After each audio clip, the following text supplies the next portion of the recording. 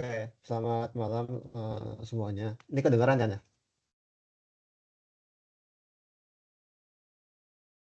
Tuh, tuh. Oh, itu dengar. Oke, kita mulai aja, walaupun baru 40 orang. Nanti tapi ada ya paling nanti di absen sih. Nah, ini tutorial TS buat matkul baru namanya RIT, Rekayasa Infrastruktur Transportasi. eh jadi itu ini tuh gabungan dari matkul Rekmod sama rel ya. Antar moda sama rel. Ada pelabuhan, ada bandara, ada rel. Tapi yang di UTS ini katanya cuma bandara sama rel ya. Nah, di sini karena nggak semua dosen yang ngajar kalian itu pernah ngajar Rekmod atau rel atau RIT di S2. Jadinya kami kompilasi-kompilasi aja dari yang lalu-lalu. Ini untuk asistennya sebagai berikut. Jadi harusnya ada 9 orang doang, tapi aku ikut ngebantu ya. Terus pembahasan nanti yang bakal kita bahas adalah UTS Rekmod Bandara dari Pak Harmain, terus UAS RIT Bandara dari Pak Harmain yang di S2, terus UTS atau sama UAS Rekmod Bandara Pak Soni, terus UTS RIT Rel yang Pak Soni, sama UTS Rel S1 yang Pak Soni. Yang pertama untuk Rekmod Bandara dari Pak Harmain.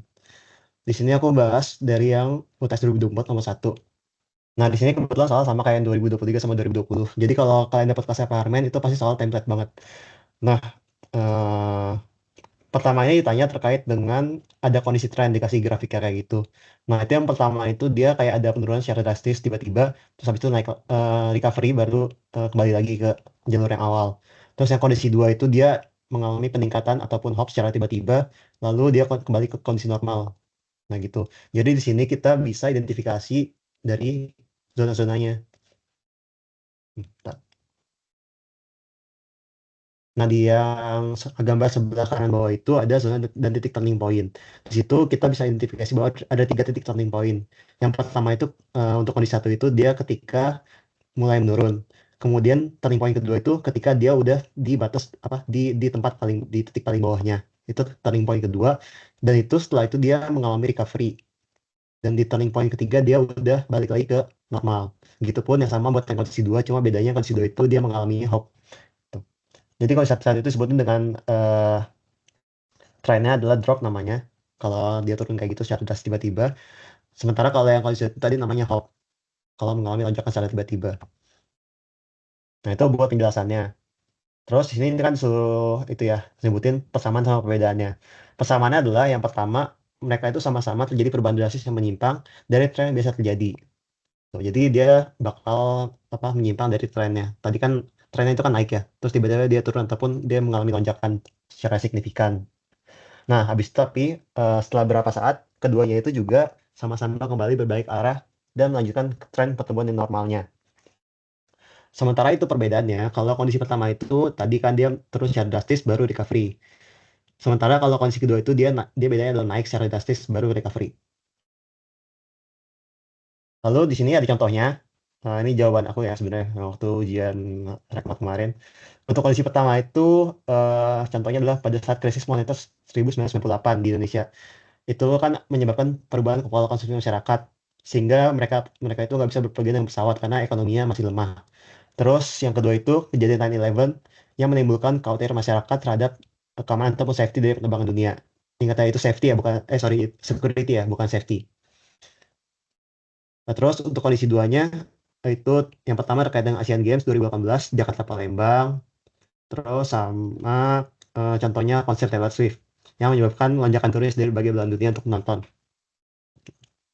Itu nomor satu.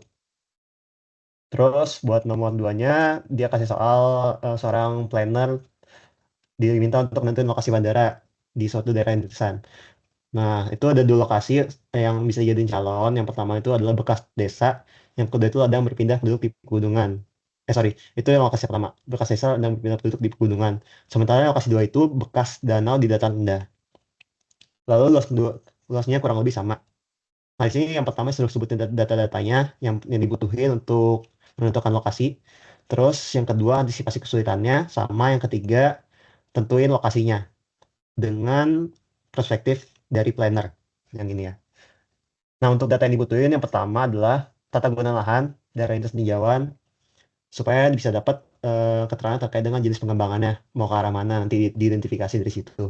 Terus aksesibilitas ke bandara, terutama untuk yang pakai transportasi darat. Contohnya, ini ada contoh nyatanya kalau misalnya di Bandara Kertajati itu dia tuh bangun bandara tapi aksesnya nggak apa ya, aksesnya masih kurang gitu. Jadi kan bisa dilihat sendiri jadinya kurang apa kurang kurang menarik orang gitu ke situ. Terus keberadaan bandara lain yang dekat dengan channel lokasi bandara rintisan. Terus AMDAL mengenai aerodrome dan pengoperasiannya. Terus kemudian akses fasilitas listrik, air, gas, sinyal dan lain-lain. Estimasi biaya konstruksi, operasional pemeliharaan, dan tingkat kebisingan maksimum daerah rintisan. Itu untuk data-datanya. Terus kesulitannya yang pertama, pembengkakan biaya. Ini diperlukan penjadwalan dan alokasi SDM yang mumpuni supaya nanti eh, nggak terlalu bengkak-bengkak banget. Itu buat antisipasinya. Terus akses menuju lokasinya itu kan bisa jadi sulit ya kalau misalnya di daerah rintisan gitu. Nah, itu perlu perbaikan akses ke lokasi pembangunan. Jadi harus ada akses dulu baru dibangun si bandara itu. Terus perizinan dengan masyarakat setempat itu perlu dilakukan masyarakat tentunya. Untuk yang ini jawaban aku ya, tapi kalau misalnya jawaban kalian beda juga nggak apa-apa. Untuk lokasinya, ini ada pertimbangannya. Lokasi pertama itu dia kan kemungkinan perbaikan tanah lebih cepat, sehingga biaya pembangunan lebih rendah. Terus perlu koreksi ketinggian yang lebih banyak, sama akses materialnya dan alat berat lebih sulit karena perjalanan akses. Karena kan yang tadi ya, lokasi pertama ini kan bekas ladang ya. Sementara lokasi kedua itu bekas danau. Pasti tentunya si CBR-nya yang lokasi satu itu lebih tinggi dibandingkan lokasi dua. Terus pertimbangan lokasi dua itu kemungkinan perbaikan tanah lebih lama karena muka air tanah tinggi juga, sehingga biaya bangunan lebih tinggi. Terus nggak perlu banyak koreksi ketinggian karena dia di dataran rendah, sama akses material dan alat berat lebih mudah. Kalau misalnya kita ingat di rumusnya yang ARFL itu, yang panjang runway, itu kan ada koreksi ketinggiannya ya. Jadi makin tinggi lokasinya itu perlu makin panjang runway-nya. Jadi lebih boros kan. Gitu. Nah, atas alasan tersebut, tentunya dari aku sih milihnya lokasi pertama. Karena secara keseluruhan biayanya mungkin lebih rendah, karena nggak butuh perbaikan tanah seperti lokasi kedua. Balik lagi nih, jawabannya per orang boleh beda-beda ya. Jadi kalian kalau misalnya mau jawab lokasi dua juga nggak apa-apa. Terus di sini nomor tiga tuh ditanya kalau misalnya posisinya dijadiin seorang desainer ataupun perancang. Nah, data yang dibutuhin kurang lebih kayak gini. Yang pertama itu topografi dari aerodromnya dan daerah rintisannya. Misalnya konturnya berbelok ataupun elevasi beda jauh gitu. Terus obstacle di kawasan keselamatan operasi penerbangan atau KOP. Jadi kalau misalnya kalian lihat bandara di Bandung itu, Bandara Hussein, nah itu kan dia sebenarnya tidak ideal itu karena banyak banget obstacle-nya berupa pegunungan gitu. Jadi perlu banyak manajemen kalau di situ kan. Terus kondisi cuaca, suhu, arah dan kecepatan angin, itu suhu berpengaruh ke panjang runway, arah dan kecepatan angin berpengaruh untuk arah runway-nya, orientasi. Nah ini mungkin diajarin kali sama di kelas ya. Nanti mungkin bakal diajarin juga yang buat kelas apartemen. Terus daya dukung tanah, kestabilan lereng, ini tentunya harus bagus. Terus karakteristik air permukaan, itu dibutuhin juga. Untuk kesulitannya dan antisipasinya, yang pertama, ketersediaan dan distribusi material dan peralatan konstruksi. Ini harus diantisipasi dengan memilih lokasi yang mudah diakses dan akan lebih baik juga apabila material juga tersedia di lokasi tersebut. Jadi nggak perlu ngambil jauh-jauh karena akan boros biayanya. Terus kerapatannya rendah. Kalau misalnya kerapatan udara rendah ini, itu kan bakal nyulitin ya pesawat buat take off karena gaya angkatnya kecil. Sehingga dapat dihindari memilih lokasi yang demikian. Terus topografinya kalau misalnya cekung, itu kan tentunya kalau misalnya bangun bandara itu perlu yang datar ya kalau mau ideal ya. Nah itu kalau misalnya cekung itu biasanya ditimbun dulu gitu. Terus itu ya pasti perlu biaya untuk penimbunan. Lalu perlu dipastikan juga bahwa kondisi tanah yang stabil dan punya CBA sesuai dengan yang direncanakan. Ini tentunya harus diantisipasi dengan memastikan kestabilan tanah itu baik atau hindari juga memilih lokasi yang tanah jelek. Tuh. Terus di sini jelaskan pada kondisi ekonomi dan sosial seperti apa angkutan darat itu punya peran yang tinggi. Nah ini sebenarnya panjang jawabannya, cuma kalau mau disingkat itu pada kondisi yang terbelakang dan yang maju banget. Gitu. Jadi kalau kondisi terbelakang itu tentunya perlu bandara-bandara rintisan kayak di Papua gitu kan perlu bandara rintisan gitu ya. Terus kalau lokasi maju banget itu tentunya perlu bandara buat apa konektivitas gitu lah. Jadi selain itu juga industri pariwisata seringkali juga bergantung pada angkutan udara. Nah itu kan perlu apa memberi akses bagi wisatawan untuk datang ke lokasi. Terus warga lokal itu juga dapat mengakses destinasi pariwisata dengan cepat dan efisien kalau pakai penerbangan. Terus konektivitas daerah bisa juga meningkatkan perdagangan internasional serta investasi lintas batas. Ini dalam kondisi maju berarti ya. Terus memungkinkan mobilitas pekerja yang lebih besar, dan kalau daerah terpencil tuh bisa jadi sarana akses untuk layanan kesehatan, pendidikan yang memadai kayak di Papua gitu.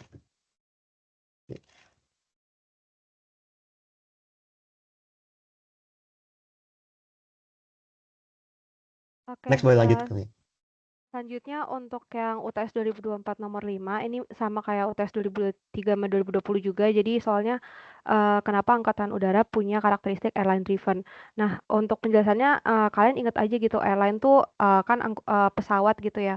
Jadi sebenarnya buat singkatnya airline driven tuh jadi artinya bandara tuh dibangun berdasarkan si airline-nya itu atau berdasarkan sarana angkutan udaranya. Jadi kayak desain maupun operasinya bandara itu harus ikut sama si sarana pesawat udara atau airline-nya yang digunakan oleh maskapai.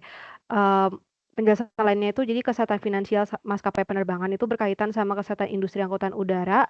Jadi keputusan sama strategi dari maskapai penerbangan itu sering didorongnya sama pertimbangan ekonomi sama keuangan yang bisa mempengaruhi arah industri secara luas. Nah, ini contoh kasusnya, mungkin kalian bisa pakai contoh lain juga atau mungkin nanti diganti-ganti gitu ya. Jadi misalnya mayoritas maskapai itu pengen, menggunakan Boeing 77. Tapi karena biaya operasionalnya lebih murah dari Airbus 380 yang kapasitasnya lebih besar, eee, jadi pihak bandara, nggak terlalu suka karena pesawat Boeing 777 itu cenderung, lebih cepat ngerusak perkerasan. Jadi mau nggak mau, pihak bandaranya tuh harus pertimbangin hal ini dan mastiin bahwa kapasitas perkerasan airside atau, mampu untuk melayani pesawat yang punya behavior demikian mengakses barang dan layanan dasar. Kira-kira kayak gitu contohnya. Langsung aja ke nomor 6.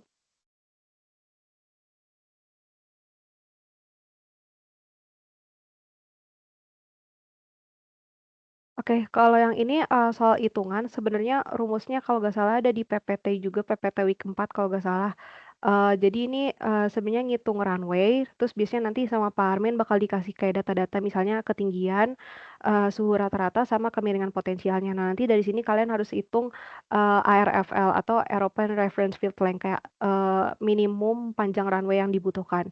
Nah, jadi pertama itu kalian harus hitung koreksi temperaturnya dulu, rumusnya yang FT ini, terus habis itu, hitung koreksi ketinggian atau FE, sama yang terakhir hitung koreksi slope atau FS. Nah, nanti dari hasil-hasil ini, untuk hitung ARFL terkoreksi itu adalah ARFL dikali, FT, FE, sama FS. Untuk satuannya itu meter, jangan lupa. Next. Oke, sekarang lanjut ke UTS yang tahun 2022. Jadi di sini ada, sebutkan pendekatan peramalan lalu lintas yang paling sesuai. Jadi di sini ada 3, nanti kalian pilih aja yang paling sesuai. Nah, kalau pengembangan bandara existing itu, intinya kalau ada bandara udah direncanakan akan dilakukan pengembangan, hal ini perlu dipertimbangkan untuk meramalkan, lalu lintas penerbangannya di masa mendatang. Terus metode yang dilakukan itu dengan penyebaran kuesioner, itu yang paling tepat. Tujuannya untuk mengetahui preferensi penumpang pada kondisi setelah bandara ini dikembangkan. Sama untuk metode penyebaran kuesionernya itu stated preference. Dengan metode ini, jadi, kita tuh bisa tahu minat, terus, kayak kemauan penumpang untuk bayar atau willingness to pay, sama ketertarikan calon penumpang terhadap pengembangan si bandara ini. Terus untuk pilihan yang kedua ada lokasi berada di tengah daerah multifungsi. Jadi, kalau misalnya pakai yang ini berarti peramalan lalu lintas bisa menggunakan analisis regresi pakai data sosioekonomi.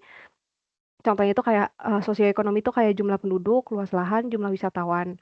Nah, sama, kalau pakai yang terakhir, dokumen perencanaan kurang reliable itu kalau suatu peramalan lalu lintas dirasa kayak kurang akurat. Jadi perlu ada, peramalan lalu lintas ulang. Nah, salah satu contoh itu bisa pakai data historis atau data terdahulu sama data rencana pengembangan bandara tersebut. Kayak contohnya jumlah penumpang bandara, jumlah penerbangan pesawat, kondisi demografi, dan lain-lain. Next.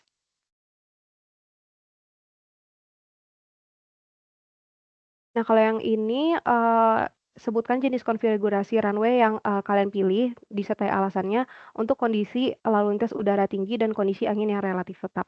Nah, kalau misalnya lalu lintas udara tinggi sama kondisi angin yang relatif tetap, mungkin nanti bisa dibedain juga ya soalnya sama Pak Harmin. Tapi kalau untuk soal yang ini, jadi konfigurasi runway yang dipilih kalau untuk lalu lintas udara tinggi sama angin relatif tetap itu adalah landasan pacu yang paralel. di mana ini terdiri dari 2 atau lebih landasan pacu yang berjajar paralel. Jadi, landasan pacu jenis ini tuh bisa punya kapasitas operasional yang lebih besar. Nah, kalau kapasitas lebih besar jadi bisa lebih efisien. Nah, kalau lalu lintasnya tinggi sama arah anginnya tetap, bisa dipilih konfigurasi dengan, 2 runway dengan arah yang berlawanan dengan arah angin. Nah, untuk gambar-gambarnya itu ada yang di bawah ini, jadi bisa pakai kalau untuk soal yang ini bisa pakai yang, 2 runway. Next. Nah, ini lanjutan dari soal yang sebelumnya. Jadi kalau untuk kondisi yang kayak tadi, lalu lintas tinggi sama arah angin tetap itu, tentukan konfigurasi parkir apron pada kondisi luas tanah yang terbatas. Nah, jadi, sistem parkir apron kalau untuk, kondisi yang terbatas itu bisa pakai open apron dengan pesawat yang disusun secara linear. Jadi, ini ada gambar di sebelah kanan itu kira-kira, open apron itu yang di atas, eee gimana ya nunjukinnya, pokoknya yang di sebelah atas itu yang gambar warna ijo yang di sebelah atas, tapi disusunnya secara linear. Nah ini kan ada judul yang linear itu ya. Nah iya pakai laser. Nah kayak gitu. Nah, tujuannya apa disusun secara linear itu supaya bisa lebih, apa, karena kapasitasnya kan terbatas nih, luas tanahnya terbatas kalau di soal. Jadi bisa lebih, banyak gitu yang muat di, sini. Nah, jadi, karena ini juga tadi kondisinya itu lalu lintas tinggi, jadi penumpang atau barang bisa masuk ke pesawat itu dibantu sama sistem transporter. Nah, terus yang terakhir konfigurasi yang paling cocok itu adalah, nose in parking atau, nose in itu berarti pesawatnya parkir tegak lurus terhadap gedung terminal dan bagian depan pesawat itu berhadapan langsung sama berjarak dekat sama gedung terminalnya. Nah, untuk gambarannya kira-kira, yang di sebelah kanan ini. Next. Nah, selanjutnya ini sebenarnya kurang lebih mirip sama soal yang tadi. Jadi ini juga hitung panjang runway, udah ada, apa namanya, data-datanya juga. Jadi untuk tahapannya pun sama, bisa kalian pelajari juga dari PPT-nya Pak Harmen. Jadi yang pertama hitung koreksi elevasi atau FE, terus koreksi temperatur atau FT, koreksi slope atau FS, sama yang terakhir baru, total koreksi ARFL-nya.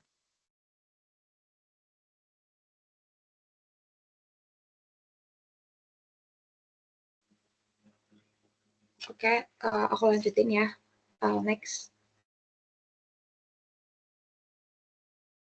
Jadi di S2 itu kan ada mata kuliah rekayasa infrastruktur transportasi ya. Sorry, suara aku kedengeran nggak?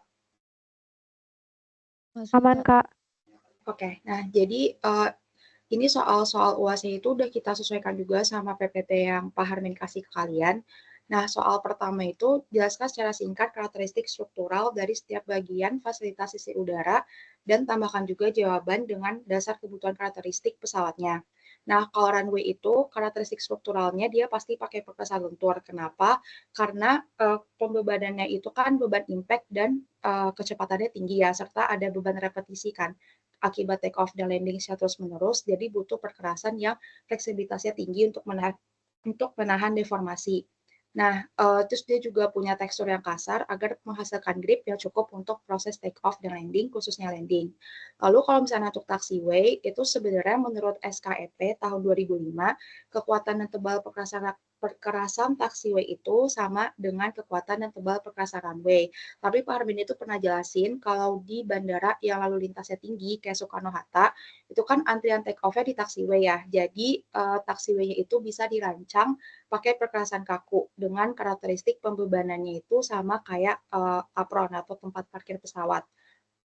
Terus kalau misalnya untuk apron, karakteristik strukturalnya itu perkerasan kaku karena pembebanan yang terjadi itu adalah beban maksimum dengan kecepatan yang lambat, jadi butuh perkerasan dengan kekuatan yang tinggi. Nah, terus karena di apron itu juga ada ground handling ya kayak isi bahan bakar dan segala macam, jadi juga butuh karakteristik khusus yaitu perkerasan yang tahan terhadap tumpahan minyak atau after. Next. Nah, terus untuk karakteristik pesawat udara yang punya pengaruh terhadap rancangan tebal lapis perkerasan itu ada 2, berat pesawat dan konfigurasi roda pendaratan pesawat.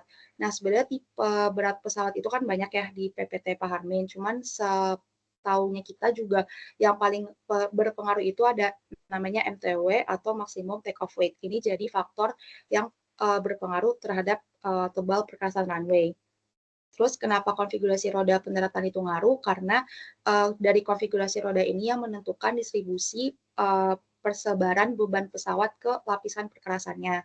Nah, konfigurasinya itu ada kayak di gambar ya di PPT, ada yang traditional landing gear, ada yang complex landing gear untuk pesawat yang wide body atau yang gede-gede gitu. Nah, terus untuk soal selanjutnya, jelaskan pembagian singkat peran antara PT Angkasa Pura dan airline.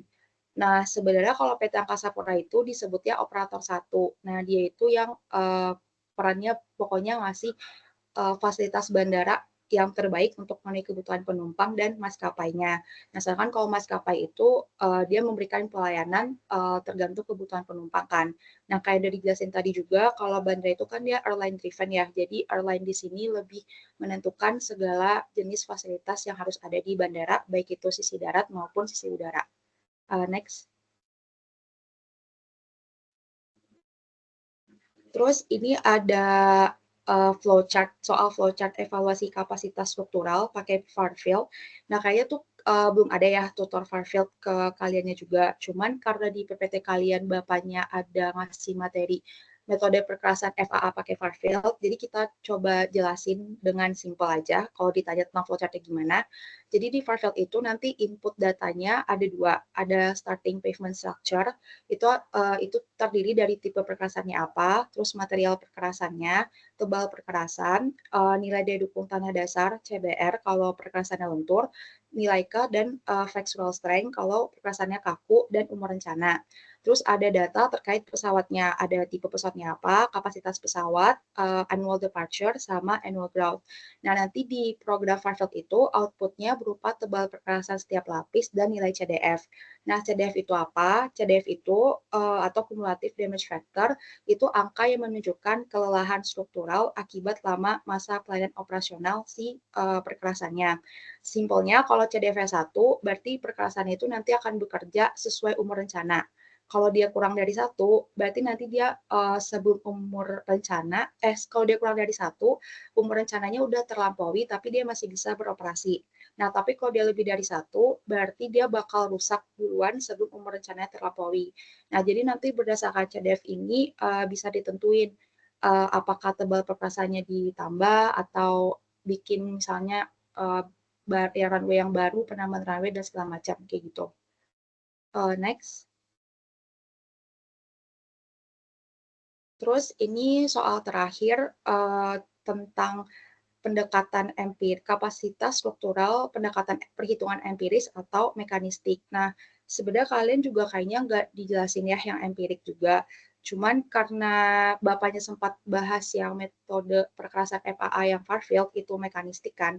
Dan di soal ini tuh keluar terus 3 tahun berturut-turut. Jadi kita coba jelasin ya secara sederhana. Jadi kalau perhitungan empiris itu simpelnya tebal perkerasannya itu dihitung berdasarkan daya dukung tanah dasar, CBR kalau lentur, perkerasan lentur, nilai K kalau perkerasan kaku dengan jenis pesawat kritisnya. Nah, dia pakai grafik kayak di gambar lah, dan ini tuh udah nggak dipakai lagi sih kayaknya. Soalnya rata-rata semua perkerasan itu ditentuinnya pakai Farfield. Nah, kelemahan dari jenis pendekatan ini tuh adalah dia overestimate karena beban roda semua jenis pesawat itu dikonversi jadi satu jenis roda yang sama. Nah, roda yang mana yaitu roda pesawat kritis, yaitu pesawat yang punya kecenderungan merusak perkerasan dilihat dari konfigurasi roda sama beban pesawatnya. Nah, yang sekarang dipakai itu namanya perhitungan mekanistik. Kalau nggak salah tuh FAA yang terbaru 6G deh. Nah, Farfield itu outputnya kayak yang gambar di bawah.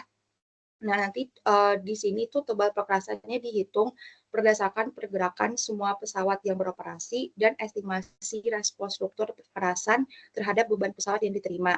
Simpelnya, kalau volume lintas pesawatnya rendah, terus variasi pesawatnya juga rendah, nah nggak apa-apa kalau pakai pendekatan empiris. Tapi kalau misalnya udah kayak di Soekarno-Hatta, Ngurah Rai, kayak gitu-gitu, lebih baik pakai pendekatan mekanistik aja biar desainnya itu juga lebih efektif dan efisien gitu, nggak overestimate. Jadi biaya pembangunannya, biaya konstruksinya juga nggak terlalu tinggi gitu. Next.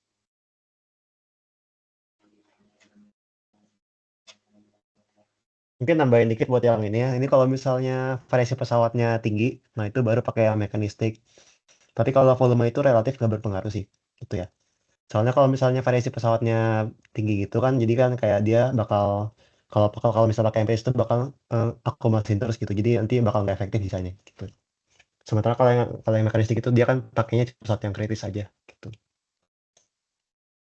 Mungkin karena itu bandara Pak Harmen udah kelar, ada yang mau tanya dulu nggak? Aku tunggu sampai 51.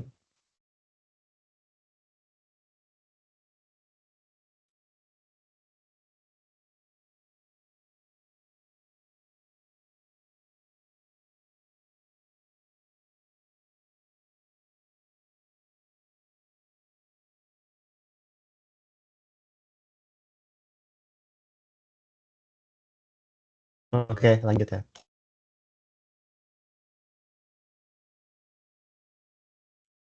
Oke, buat UTS dari tahun 2019 dari Pak Sony ini nomor satunya disuruh menjelaskan tentang transportasi antar moda. Singkatnya sebenarnya transportasi antar moda itu menyangkut pergerakan atau mobilisasi dari kalau orang atau penumpang atau bisa juga logistik barang gitu dari suatu tempat asal ke tempat tujuan dengan menggunakan banyak moda transportasi gitu. Lanjut aja buat contohnya, ini, apa ya, perjalanan, logistik dari, proses produksi sampai, pengiriman barang itu pasti, biasanya umumnya menggunakan banyak moda gitu, dari truk, terus, beralih ke rel, terus, beralih ke pelabuhan, atau bahkan bisa juga pakai, pesawat gitu. Lanjut. Terus buat, nomor 2 ini disuruh, menjelaskan tentang perbedaan transportasi antar moda sama transportasi banyak moda. Jadi buat transportasi antar moda atau intermodal transportation itu sebenarnya, keduanya ini sebenarnya menggunakan banyak moda transportasi. Cuman bedanya kalau intermodal itu, kalau dari kontrak ini aku nemunya buat, lebih ke logistik barang gitu sih. Jadi kalau di intermodal itu, melibatkan beberapa kontrak terpisah, jadi kayak operator yang, mengatur, eee, pemberangkatan barang tuh, beda-beda eee, dari tempat asalnya sampai tujuannya tuh, dipegang oleh operator yang berbeda-beda gitu. Terus buat, muatannya sendiri itu, eee, perpindahan barang dari satu moda ke moda lainnya itu tanpa harus mengeluarkan, isi kontainernya. Jadi cuma dipindahin aja, tapi ganti moda gitu. Terus buat waktunya itu, mengurangi waktu penanganan, jadi nggak ada bongkar muat lagi karena, dikirim dalam bentuk yang sama walaupun modanya bisa terus berganti gitu. Karena, nggak ada bongkar muat jadi lebih aman, dan juga, biayanya relatif lebih rendah gitu. Lanjut, untuk multimodal sendiri itu, sama sebenarnya, cuman bedanya kontraknya itu, melibatkan cuman satu pihak aja gitu yang mengirimkan dari awal sampai tujuan terakhirnya tuh cuman satu operator gitu.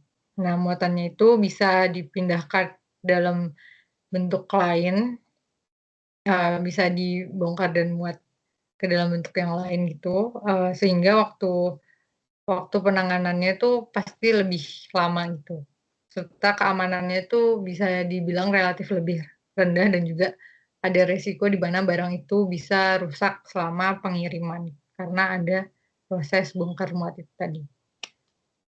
Lanjut. Oke, buat yang nomor 3 ini, kita buat ngejelasin tentang si konsep hub and spoke ini. Jadi kurang lebih ilustrasinya ada di sebelah kanan, mungkin ini ada di PPT materi kalian juga.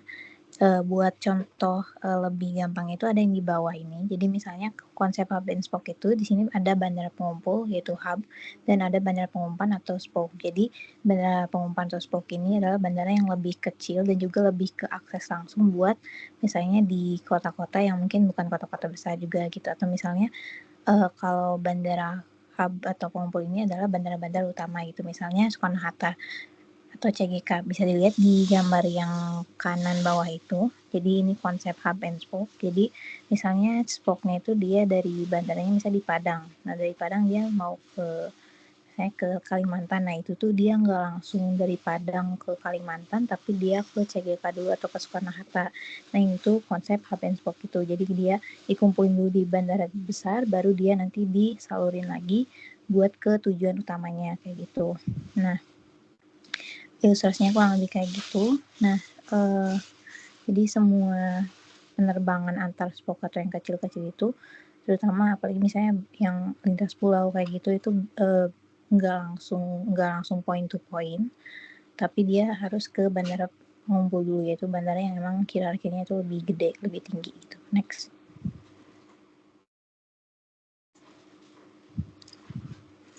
Nah mungkin beberapa ini gambar yang sebelah kanan itu buat perbandingannya. Kalau point to point itu kan bisa langsung gitu, misalnya dari Padang langsung ke Balikpapan kayak gitu. Nah mungkin kalau beberapa kelebihannya itu sebenarnya dengan hub and spoke ini bisa lebih efisien buat operasionalnya juga, karena misalnya lalu lintas yang Padang ke Kalimantan ini tuh sebenarnya nggak seramai itu, tapi langsung terbutuhkan. Nah itu kayaknya bakal lebih kalau misalnya kita langsung point to point, bisa jadi kayak kapasitas pesawat yang emang kursinya banyak itu tuh malah nggak terisi gitu, jadinya akhirnya kurang efisien juga dan nambah jadi di biaya operasional kayak gitu. Nah cuman di sini kalau misalnya kita ke hubnya dulu, nah itu nanti bisa kan di hub itu kan fasilitasnya misalnya di Soekarno-Hatta itu kan udah lengkap, udah oke lah gitu, udah bisa melayani buat seluruh penerbangan gitu, dan akhirnya bisa manfaatin buat pesawat yang lebih gede itu langsung sekalian gitu, misalnya dikumpulin dulu semuanya yang mau ke Kalimantan dan akhirnya nanti pakai pesawat yang gede dan jadinya lebih secara operasional itu lebih efisien gitu kurang lebihnya. Terus buat konektivitasnya juga lebih luas karena kita tuh misalnya dari Sumatera mau ke Papua atau apa tuh bisa lebih terlayani lah, karena dia ada kita bisa misalnya ke Bandara Gede dulu, dan dari Bandara Gede itu nanti ada yang ngehubungin kita buat ke tujuan kita meskipun itu jauh gitu. Jadi konektivitasnya lebih luas, bahkan bisa ke internasional juga gitu. Tapi beberapa kekurangannya mungkin pertama adanya transitnya, jadi kita harus transit dulu ke Bandara Gede. Nah itu berarti kan ada waktu juga yang lebih lama gitu dibandingkan dia point to point. Terus udah gitu buat demand-nya juga di bandara hub atau pengumpul itu akhirnya jadi sangat tinggi gitu, karena orang-orang tuh pasti penerbangannya tuh ke situ, misalnya ke Soekarno-Hatta atau Juanda itu kan, jadi akhirnya benar-benar demand-nya tinggi dan beban kerjanya itu jadi tinggi, jadi bisa jadi kayak ada masalah di operasional juga karena demand yang tinggi itu gitu. Nah sebenarnya kenapa penting dalam transportasi ini kurang lebih mirip kayak kelebihannya gitu. Si konsep hub and spoke ini tuh bisa ningkatin efisiensi operasional, terus sumber daya yang digunain juga, terus bisa memperluas konektivitas juga, sama bisa ningkatin buat si frekuensi penerbangannya. Sama adanya bandara hub ini bisa ngatasin kalau misalnya ada lonjakan demand. Nah ini tuh sebenarnya kalau misalnya tiba-tiba pas musim liburan atau apa, nah si bandara hub itu sebenarnya lebih siap secara operasional dan juga fasilitas juga dibanding kalau misalnya point to point.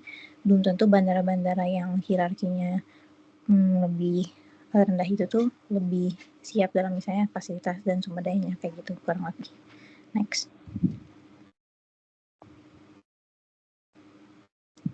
Oke, yang nomor 4 ini tentang konsep LCC atau low cost carrier, dan bedanya tuh apa sebenarnya sama full service carrier. Ini juga sebenarnya ada di PPT-nya yang Pak Taufik yang tahun sekarang. Jadi mungkin perbandingannya kurang lebih kayak gini. Jadi misalnya kalau yang full service itu Garuda, terus kalau misalnya LCC itu salah satunya misalnya Lion gitu. Tentu kan si fasilitas sama layanannya itu kan kelihatan beda lah ya. Nah jadi sebenarnya si low cost carrier atau LCC ini tuh merupakan airlines atau ya layanan dari maskapai penerbangan, dan sesuai namanya mereka itu low cost itu, jadi lebih murah, tarifnya lebih rendah, tapi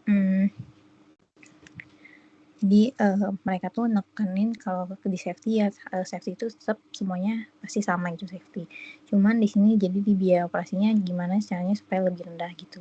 Ya juga diatur di UU nomor 1 tahun 2009. Nah, bedanya kalau full service carrier itu ya namanya juga full service. Jadi mereka tuh airlines atau maskapai yang emang ngasih pelayanan penerbangan yang emang maksimum lah, emang sebagaimana seharusnya. Perbedaannya gimana? Kalau LCC ini sebenarnya kelebihannya banyak juga, karena yang pertama adalah tarifnya lebih murah, berarti orang juga bisa pakai lebih banyak orang yang bisa pakai layanan si penerbangan ini gitu kan, lebih terjangkau juga. Nah terus si LCC ini juga banyak yang ngambil konsep atau nerapin konsep point to point. Beda sama yang sebelumnya itu dijelasin tentang hub and spoke, itu biasanya lebih banyak dilakuin sama si maskapai yang full service. Nah, kalau yang LCC ini tuh dia bisa ada yang point to point gitu, karena dia mungkin entah itu kan kalau yang bandara spoke itu kan misalnya bandara yang lebih kecil itu dia mungkin bandara sekunder gitu, nah itu biaya operasionalnya pasti lebih kecil juga. Nah, karena biaya operasional lebih kecil bisa jadi akhirnya buat nekan biaya operasionalnya, dan akhirnya bisa si tarif maskapainya itu, tarif penerbangannya itu jadi lebih murah kayak itu. Makanya banyak melayani si bandara-bandara sekunder juga. Nah, jadi akhirnya banyak juga kalau misalnya orang mau lebih cepat atau misalnya cuma ke satu titik aja gitu, ke satu tujuan, itu bisa lebih efisien juga dari waktu. Dan untuk aksesibilitasnya juga bisa lebih tinggi karena selain dari tarifnya, nah mereka juga ada yang lebih melayani buat si bandara-bandara yang lebih kecil kayak gitu, dibandingkan kalau yang full service itu lebih ke bandara-bandara yang lebih gede gitu. Tapi kekurangannya tentunya banyak juga, ada beberapa juga. Pertama itu dari pelayanannya itu pasti kan dari service, entah itu dari amenities-nya sama kayak pelayanan dan kenyamanannya juga pasti beda dong sama full service gitu. Terus udah gitu kurang fleksibel juga, misalnya kalau kita reschedule atau refund gitu kan kebanyakan mungkin nggak bisa juga, jadi emang lebih berisiko juga, apalagi mereka juga lebih berisiko buat adanya keterlambatan karena mereka itu waktu turn around-nya jadi kayak waktu buat nunggu gitu, karena mereka tuh neken di operasional, jadi mau nggak mau kayak sebisa mungkin cepat antara satu penerbangan ke penerbangan lainnya, tapi itu tuh bisa nyebabin akhirnya banyak yang telat gitu. Misalnya kalau Lion kan suka ada kasus-kasus dia penerbangannya telat gitu. Terus si konsep point to point ini bisa nyebabin juga tidak adanya penerbangan lanjutan atau transit yang terintegrasi. Jadi karena dia point to point, ya udah nanti misalnya dari kita dari Padang ke Balikpapan, nah tapi dari Balikpapan tuh mau kemana misalnya, tapi itu kita harus bayar lagi gitu. Beda dengan kalau misalnya full service yang emang pakai transit itu biasanya udah satu package gitu. Next.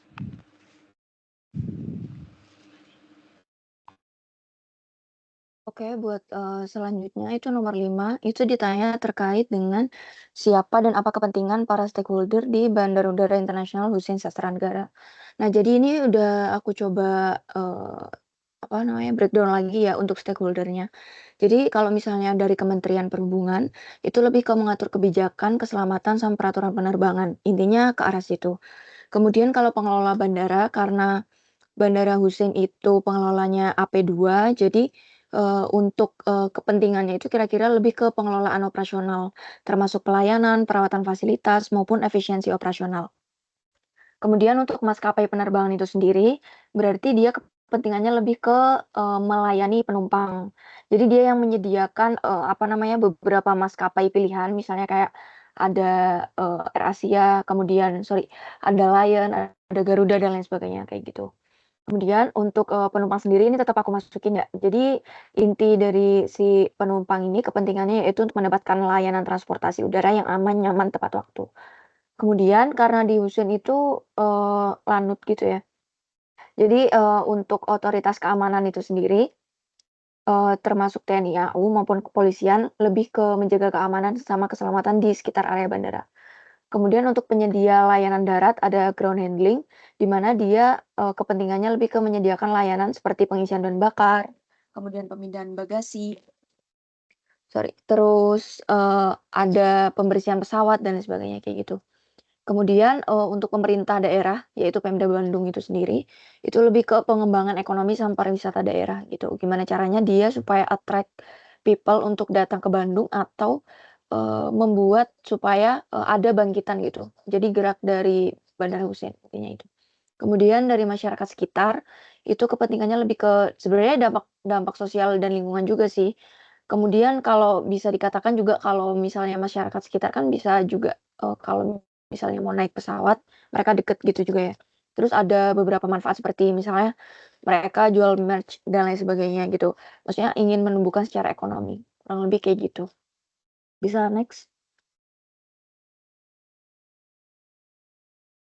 Oke, untuk yang keenam, ini lebih ke perencanaan bandar udara ya. Jadi intinya, untuk di bandara itu sendiri kan ada fasilitas sisi darat yang termasuk terminal dan lain sebagainya, sama ada fasilitas sisi udara, di mana itu isinya kayak apron, taxiway, runway dan lain sebagainya gitu. Nah intinya, ini tuh diminta kita bikin sketsanya, kemudian, diminta mengintegrasikan sisi darat maupun sisi udara sama jelasin item-itemnya apa. Jadi sebelum ke situ, mungkin aku jelasin dulu ya item-itemnya. Jadi di fasilitas sisi darat itu ada beberapa.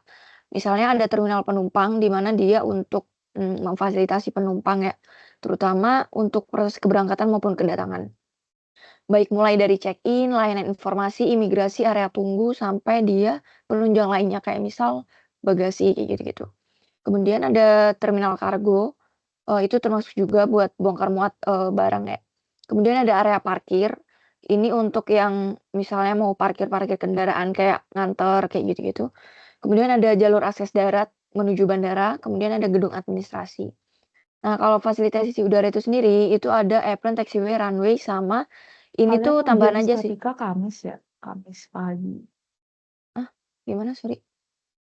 Oh, oke. Kemudian Lagi yang bener ini dah ada bikin tambahan 30 buset ya? sorry, oke. Nah, ini ada tambahan yaitu untuk obstacle limitation surface, di mana di sini tuh sebenarnya ada peninjauan terkait beberapa hal yang kira-kira apa sih yang hal-hal yang nggak boleh ada di sekitar bandara, terutama untuk bangunan-bangunan yang tinggi gitu. Atau, nggak hanya bangunan sih sebenarnya, kayak misal ada gunung dan lain sebagainya itu juga menjadi pertimbangan. Nah, itu, peninjauannya di obstacle limitation surface gitu. Nah, kemudian untuk sirkulasinya sendiri, kalau untuk yang bagian tengah itu ada namanya, airside ya. Nah, itu mungkin, aku rutin dari landside ya. Jadi untuk landside yang paling bawah itu ada namanya airport ground access system, di mana itu langsung lanjut ke vehicular, circulation parking, di mana yang tempat parkirnya, kemudian baru lanjut ke terminal building-nya. Nah, dari terminal bidding ini, kemudian kita baru bisa masuk ke apron atau tempat parkir pesawat, di mana di situ biasanya untuk menyambungkan, atau memindahkan penumpang dari terminal untuk masuk ke pesawat, itu ada beberapa, metode gitu sih. Bisa pakai dia melalui Garbarata atau bisa juga, kayak kadang ada jalan kaki kayak gitu juga, atau bisa, naik bus. Jadi kayak tergantung gitu, tergantung bandaranya apa. Kemudian dari apron gate area, itu pesawat akan masuk ke taxiway system, baru nanti ke runway, di mana ke runway-nya sendiri itu melalui holding pad gitu. Nah, habis dari runway, baru nanti, dia terbang, intinya kayak gitu. Dan begitu pula sebaliknya, ketika dia landing. Ini tadi yang aku jelasin untuk take off atau lepas landasnya. Kurang lebih kayak gitu. Oke, bisa dilanjut dulu.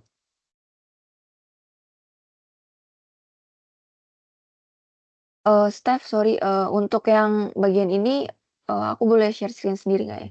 Karena ada yang mau aku tunjukin juga untuk yang lain. Oke, thank you.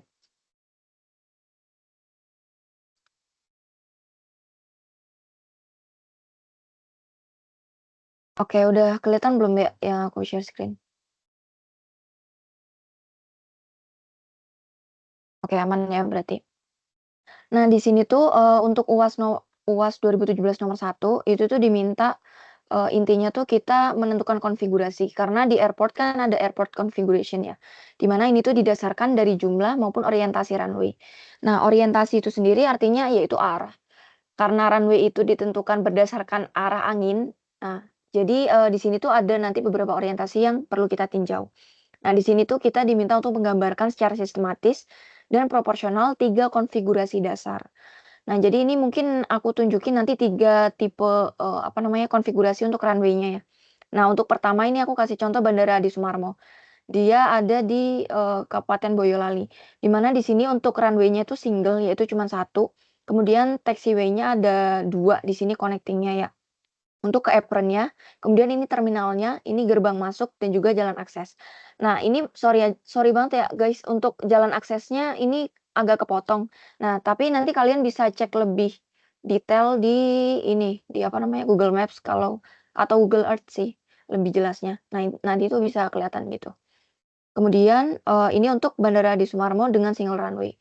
Kemudian untuk next selanjutnya contohnya ada Bandara Internasional Soekarno-Hatta. Nah, di sini lebih kompleks lagi ya. Jadi sorry ini aku agak zoom mungkin biar kelihatan. Nah, di sini tuh dia tuh ada 3 runway. Di sini, untuk sisi utara dan di sini tuh untuk sisi selatan. Nah, untuk, utaranya sendiri itu dia ada 2 runway, ada runway yang di sini sama yang di sini. Nah, ini tadi yang sempat dijelasin sama, asisten sebelumnya ya, terkait paralel runways. Jadi ada 2, kenapa demikian? Karena demand-nya cukup tinggi, gitu alasannya. Kemudian di sini ada taxiway juga. Nah, taxiway-nya tuh ada yang di sebelah sini, sini, maupun sini. Jadi cukup banyak ya. Nah, di sini, coba aku breakdown untuk taxiway-nya, di sini ada jenis apa aja. Jadi ada yang namanya connecting taxiway, yaitu untuk menghubungkan, ada parallel taxiway, ada rapid exit, sama gate taxiway gitu. Kemudian, mungkin sebelum ke sini pengen aku tunjukin sedikit. Nah, ini untuk, kurang lebih si layout Bandara, Soekarno-Hatta ya. Nah, jadi ini aku mau nunjukin terkait taxiway-nya. Untuk yang disebut sebagai parallel taxiway itu yang ini, yang NP1, NP2, yang ini yang panjang ke sini, ini NP2, ini NP1, sama yang di sini NP3 yang di sini. Nah, ini untuk paralel. Kemudian untuk, connecting itu yang ini, NC1, NC2, NC3, dan lain sebagainya ini, sama yang ini, N3M, N4M, ini namanya connecting taxiway. Kemudian untuk rapid exit itu yang ini, M1, ini pokoknya rapid exit itu intinya si pesawat itu keluar pertama, nah itu rapid exit namanya, yang ini. Belum tentu namanya rapid exit sih, tergantung apakah si taxiway di bandara itu jenisnya rapid atau enggak. Rapid tuh intinya kalau misalnya demand-nya tinggi, nah biasanya agak miring gitu. Nah, ini kayak rapid exit. Terus M7, M8 ini termasuk rapid exit. Sama satu lagi ada namanya gate taxiway. Gate taxiway itu yang ini, SPE, terus NPE, ini termasuk gate taxiway gitu. Oke. Kemudian ini aku lanjut ya, untuk apron. Nah, apron di Terminal Soekarno-Hatta itu, di Bandara Soekarno-Hatta itu apron-nya ada beberapa jenis. Ini yang untuk biasa yang nose in atau yang dia tuh arah pesawatnya itu parkirnya si hidung pesawat itu mengarah, ke gedung terminal. Itu yang di sini. Kemudian di sini tuh ada konfigurasi yang lainnya juga. Ini yang tadi sempat dijelasin sama, Liora ya kalau nggak salah. Nah, itu tuh yang ini, gambarnya yang ini, mana ya? Nah, yang pier gini bentuknya, model mirip-mirip pier gini. Kemudian nah ini. Kemudian ini, untuk terminal, di sini ada terminal 2, terminal 1, sama terminal 3. Jadi ada 3. Kemudian untuk gerbang masuknya di sini sama jalan aksesnya di sini. Pokoknya jalan akses tuh yang menuju ke bandara gitu. Di sini ada tolnya. Ini untuk Bandara Soekarno-Hatta. Kemudian lanjut ke, ada Hamburg Airport, ini di Germany, di mana ini aku ada nemu dia, jenis runway-nya tuh intersection, jadi kayak berpotongan gitu, kayak gini kurang lebih. Nah, kayak gini.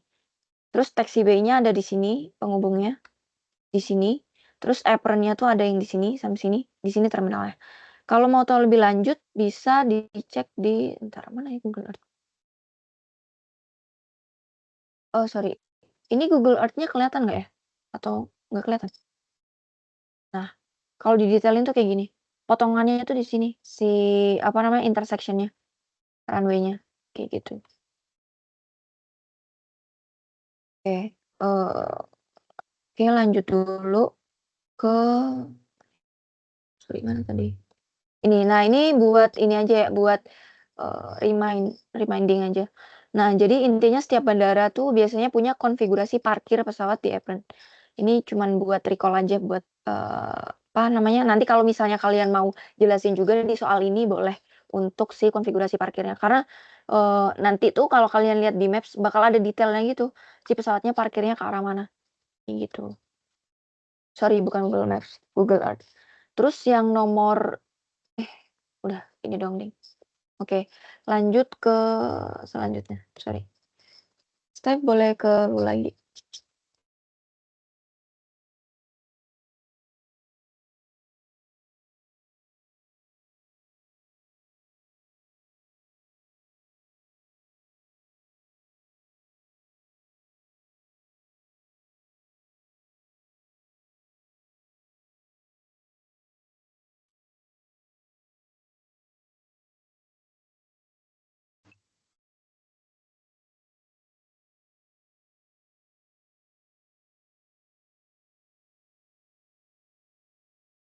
Oke, yang nomor 2 dulu kali ya? Oke, nomor 3 ya? Kinanti dulu apa gimana? Sebenarnya sama sih. Iya, Oh yang ya. nomor 2. Oh, nomor 2-nya sama tadi ya? Oke. Oh, Iya. oke, berarti lanjut ke nomor 3. Bisa di next, sorry.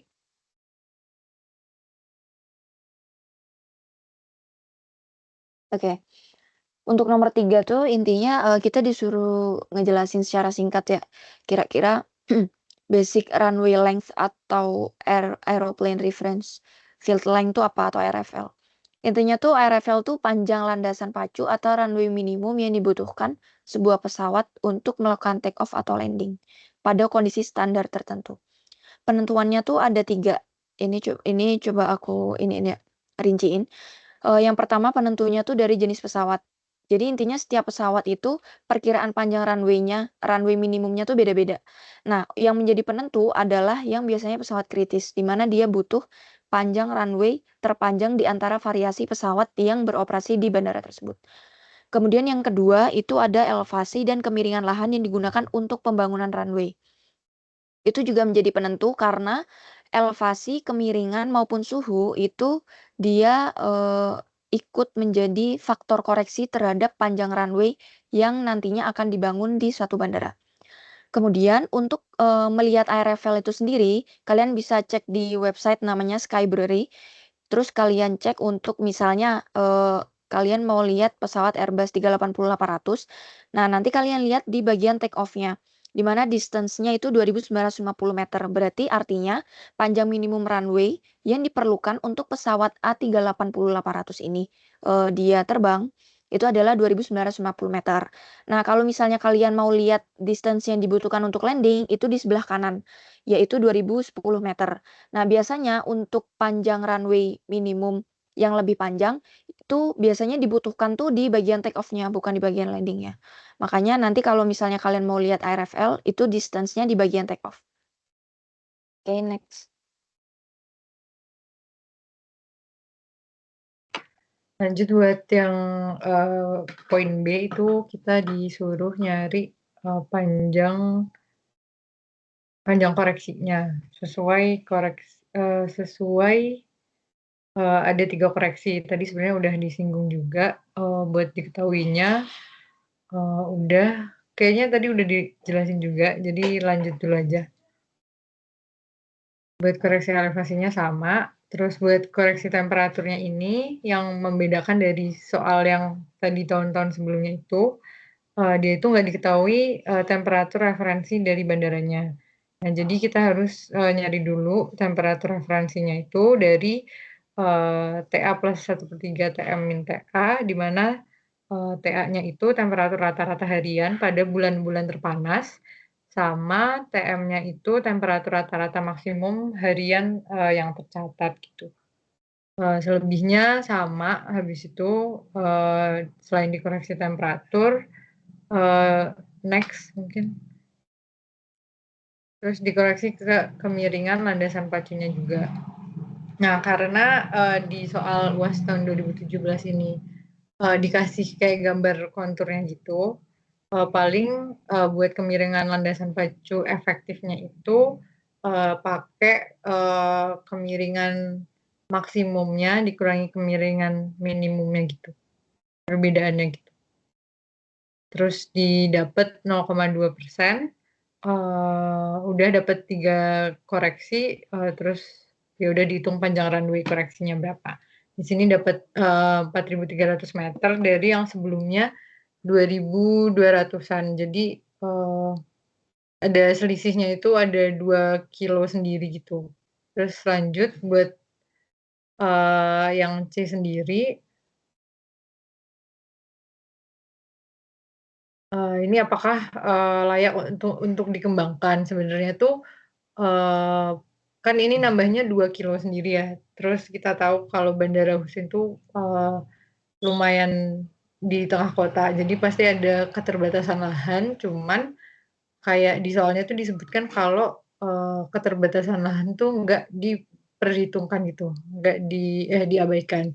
Jadi mungkin selain keterbatasan lahannya sendiri, kita tahu juga Bandung kan kayak cekungan gitu ya, jadi dikelilingi gunung. Mungkin untuk pesawat-pesawat gede itu yang butuh panjang runway yang besar, itu mungkin bisa jadi kurang cocok gitu. Cuman kalau memang ternyata memungkinkan pesawat-pesawat besar itu dijadikan pesawat desain, ya pasti tetap perlu dilakukan perpanjangan runway karena pasti menyangkut keamanan sama keselamatan dari proses landing sama take off pesawatnya itu sendiri. Lanjut.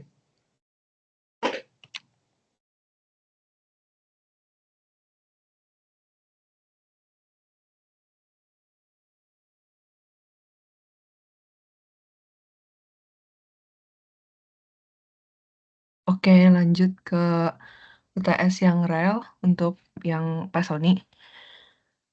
Sebenarnya kalau soal hitungan Pasoni itu kalau rel kurang lebih semuanya bakal ada soal ini ya. Jadi bisa disimak kalau misalkan kalian emang ada mungkin keluar soal rel. Terus kalau untuk yang hitungan ini sebenarnya cukup prosedural ya. Jadi step by step banget gitu. Nah, jadi untuk dari yang soal satu ini, jadi ada rencana operasi suatu jalur kereta. Nah, di sini kalau dilihat di bagian di tabel, di bagian kolom tonase, itu kan kereta penumpang semua ya. Jadi untuk soal satu ini keretanya penumpang semua. Terus kenapa dibedain antara lokomotif sama penumpang? Karena biasanya dalam satu rangkaian kereta itu lokomotifnya cuma satu, cuma kereta penumpangnya atau gerbongnya itu kan ada beberapa ya. Makanya bisa dilihat di sebelah kirinya itu ada jumlah kereta setiap rangkaian gitu. Ini nanti bakal ngaruh ke perhitungan. Nah, masuk ke soalnya, di sini pertama ditanya tonase, terus daya angkut lintas, kelas jalan, dan kecepatan operasional dan rencana. Lanjut.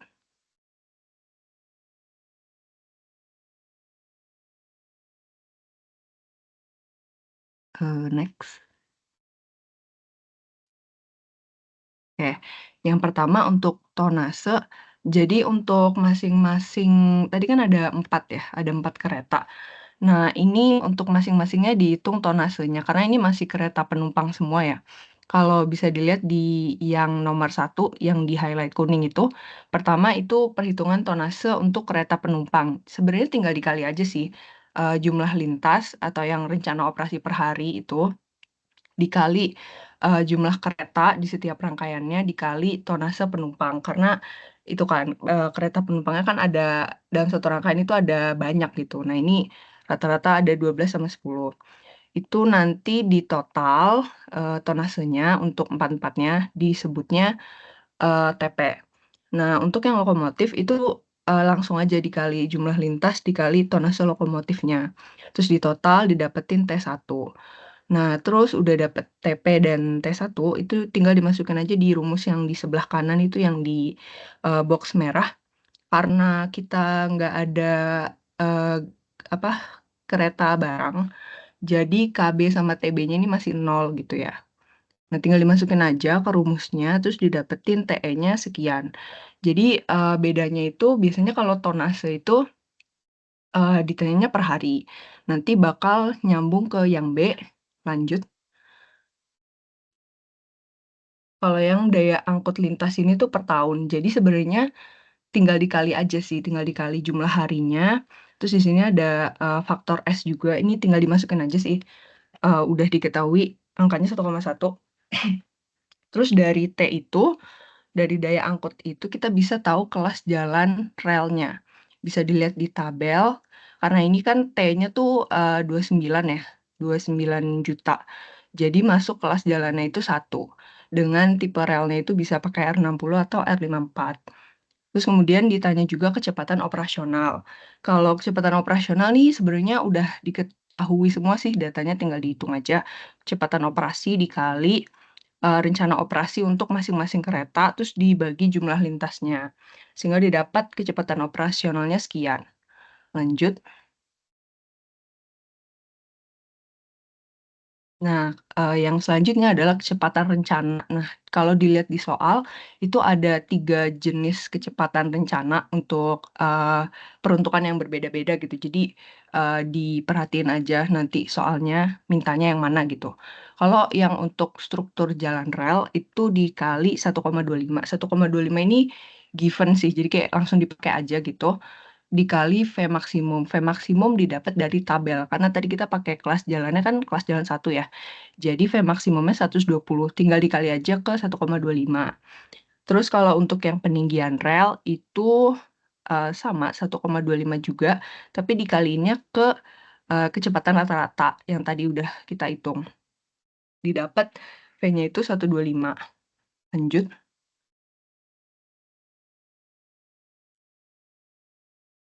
Untuk jari-jari itu kita langsung aja pakai V maksimum dari kelas jalannya itu 120. Nah, terus untuk yang nomor 2, apakah rencana jalan itu kalau menggunakan rel R54 cukup?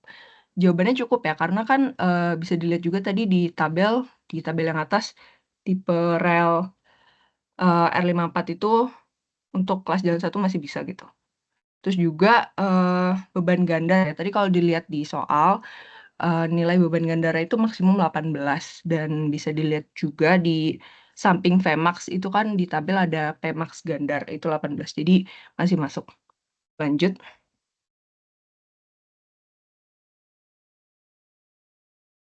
Nah, kalau ini intinya soal yang ketiga itu ditambahin kereta barang. Sebenarnya logikanya kalau misalkan dengan kereta penumpang doang aja itu kita udah pakai spek tertinggi gitu ya, yang kelas 1. Jadi pasti ketika ditambahin kereta barang pasti kan tetap pakai kelas 1 gitu ya, nggak mungkin speknya turun. Tapi di sini diminta untuk pembuktiannya gitu. Jadi untuk data-data kereta barangnya ini udah ada semua. Lanjut. Perhitungannya juga masih sama, cuma bedanya itu tadi kalau dilihat di soalnya itu dia hari operasinya tuh beda. Jadi kereta barang dia tuh weekend tuh nggak jalan, jadi cuma weekday aja 5 hari dalam seminggu. Nah nanti seperti tadi yang aku bilang tonase itu kan per hari ya, jadi perhitungan tonase tuh masih masih sama lah kayak yang sebelumnya gitu ya. Rumusnya paling KB sama TB-nya jadi ada di sini. Tadi kan 0 ya karena nggak ada kereta barangnya, tapi di sini ada jadi KBTB-nya muncul. Nah bedanya adalah saat mengubah ke daya angkut lintas per tahun. Karena untuk yang penumpang itu kan dia 1 tahun ya hitungannya. Maksudnya 360 hari sih. Nah, kalau yang barang kan nggak full ya berarti. Nah, makanya kita hitung dulu dia tuh berapa hari gitu beroperasinya. Bisa dilihat di yang aku kasih box merah itu asumsinya. Ini kalian mau ngitungnya bebas sih. Aku ngitungnya jadi ada 4 minggu dalam sebulan, terus dalam 1 minggu itu ada 2 hari yang kosong, terus dikali 12 bulan. Sehingga didapat harinya tuh 264. Nah, maka dari itu di perhitungan daya angkut itu dipisah. Jadi TE yang untuk yang beban, yang barang itu dikalinya ke 264 gitu. Sehingga dia dapat T-nya itu 41 juta. Jadi ya pasti ya kelas jalannya kelas jalan 1 gitu. Terus kecepatan operasional juga sama aja rumusnya dengan yang tadi. Lanjut. Nah, terus pertanyaannya apakah penggunaan rel R54 masih cukup? Jawabannya masih cukup karena kan kelas jalannya tetap kelas jalan 1, terus di spesifikasi tabelnya juga pakai R54 itu masih bisa. Gitu sih kurang lebih. Ini bisa dilanjutin nomor 2.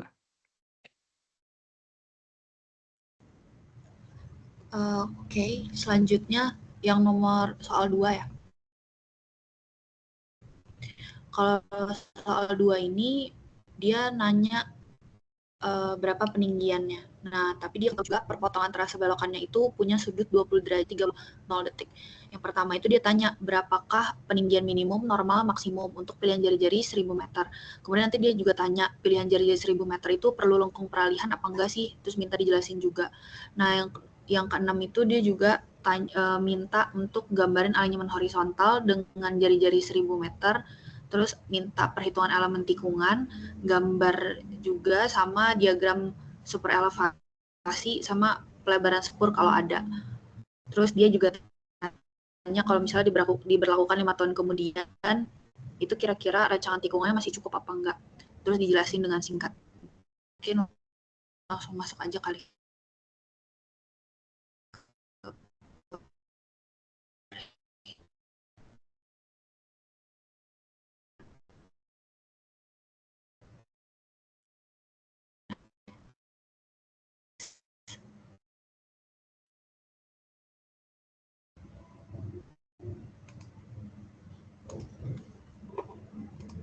Oke, udah masuk ya suaranya.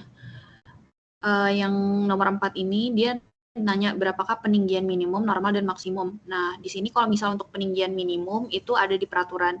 Dia kasih tahu kalau besar peninggian maksimumnya itu untuk lebar jalan rel 1067 mm itu adalah 110 mm. Terus kemudian untuk lebar jalan rel yang 1435 itu adalah 150 mm. Jadi H-max-nya itu kita bisa pakai dari peraturan. Kemudian untuk yang H normal itu kita pakai rumus H normal itu sama dengan 5,95 dikali V kuadrat per R. Nah, V kuadratnya itu dari mana? Jadi tadi kan di soal sebelumnya itu udah dikasih tahu kalau misalnya buat peninggian itu V rencananya adalah pakai rumus C kali V rata-rata operasi. C-nya itu 1,25, terus V rata-rata operasinya dari hasil perhitungan kita tadi yang dapat 99,4. Nah, didapat V rencananya itu 125 km per jam. Tinggal dimasukin ke rumus dengan R-nya tadi, R-nya dari soal, berarti 1000 meter. Dapat H normalnya 91,9. Nah, untuk H minimumnya pakai rumus, ada rumusnya 8,8 dikali V kuadrat per R kurang 53,5. Nah, untuk H minimum ini juga tinggal dimasukin aja ke rumus, dapat sekian. Nah, terus kita cek apakah H minimumnya itu kurang dari H normal, kemudian H normal kurang dari H maksimal. Nah, kalau misalnya udah memenuhi syarat, berarti kita bisa pakai tuh H normalnya. Nah, untuk H normal itu kalau sesuai ngitung peninggian, itu harus dibuletin ke 5 mm terdekat. Jadi karena kita dapatnya 91,9, kita buletin ke 5 mm terdekat, itu berarti 95 mm. Next. Nah, yang nomor 5 ini dia nanya apakah dengan pilihan jari-jari sebesar 1000 itu perlu lengkung peralihan nggak? Nah, kita perlu tahu dulu sebelum itu untuk V rencananya. Jadi kalau misalnya buat lengkung peralihan, V rencana itu sama dengan V maksimum. Berarti kita pakai V rencananya yang V maksimum tadi di awal. Karena tipe rel kita tuh R54, berarti V maksimum kita tuh 120 km per jam. Nah, 120 km per jam itu dia ngasih tahu lingkaran tanpa lengkung peralihan itu besarnya adalah 2000. Kita itu kan kalau di soal adalah 1000 meter kan, berarti masih kurang kalau misalnya kita tanpa lengkung peralihan. Nah, terus kita cek apakah jari-jari minimum lengkung lingkaran yang diizinkan dengan lengkung peralihan itu bisa nggak buat R 1000 meter. Nah, di sini kata dia jari-jari minimumnya itu kan 780 meter. Berarti kalau R 1000 berarti memungkinkan kan. Nah, berarti untuk memenuhi syarat itu, maka kita butuh namanya lengkung peralihan. Next. Nah, dari situ berarti kita ngitung tuh berapa lengkung peralihannya. Peninggian rel tadi udah tahu pakai V rencananya, berarti 125 km per jam. Terus juga H finalnya kita udah dapat dari perhitungan sebelumnya, yaitu 95 mm. Lanjut kita ngitung ke panjang minimum lengkung, LN. LS atau LN itu sama aja, nah itu pakai rumus 0,01 kali H kali V. Hanya itu berarti pakai H final, V-nya pakai V rencana, didapat 114 meter. Habis itu di soal tadi juga dia ngasih tahu kok kalau misalnya belokannya itu membentuk sudut 20 derajat 30 menit. Nah, ini kalau dibuletin ya kalau diderajatin didesimalin sama aja kayak 20,5 derajat. Nah, 20,5 ini adalah delta. Nanti delta ini kita butuhin buat perhitungan lanjutannya. Next.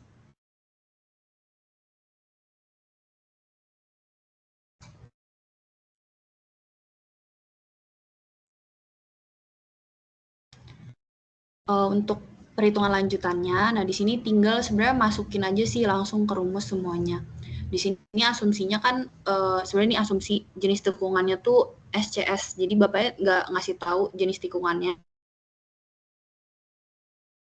Misalnya dengan rumus SCS, ini rumus yang biasa dipakai buat geometrik jalan tuh bisa dipakai nih, rumusnya yang ini. Jadi kalau masukin ke rumus ini, pertama tuh ngitung θs dulu. Untuk θs itu rumusnya LS per 2R dikali 360 per 2pi. θs itu LS-nya berarti tadi pakai yang tadi udah kita hitung, yang 0,01 itu dikali H dikali V. Kemudian 2 kali R-nya ini, R-nya berarti pakai R yang 1000 dari soal. Terus tinggal dimasukin aja.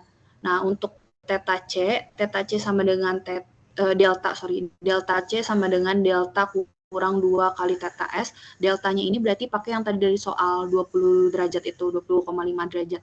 Kemudian dikurang 2 kali θs yang udah kita hitung. LC juga sama, masukin tinggal delta C yang udah kita hitung. Pokoknya semuanya ini tinggal dimasukin aja ke rumus. Sampai akhirnya mendapatkan nilai L total. L totalnya LC tadi di awal kita udah dapat ditambah 2 kali LS. Terus habis itu tinggal digambar. Tadi kan Bapaknya minta untuk gambar sketsa tikungan. Nah, sketsa tikungannya itu tinggal digambar sesuai sama nilai-nilai yang kita udah dapat di hitungan. Tinggal digambar aja sih. Next.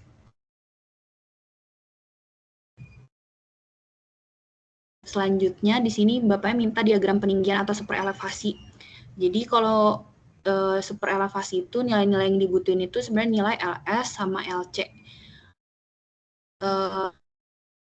Sama sih ini juga tinggal digambar. Jadi kalau LS berarti besarnya tadi kita dapat 114 meter, kalau LC kan 244 meter. Nah, tinggi daripada titik 1, 2, 3, 4 ini berarti kalau 4 ini berarti panjang peninggian kita yang H normal, berarti harus 95 mm. Nah, yang untuk titik 1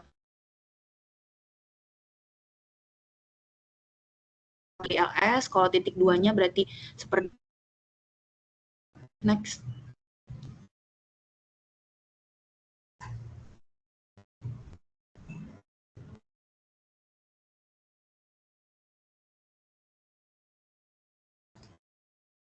Kalau untuk yang nomor 6 ini tadi ditanya juga pelebaran spur. Jadi kalau pakai tabel itu bisa dilihat karena tipe relnya kan dia pakai yang 1067 mm ya.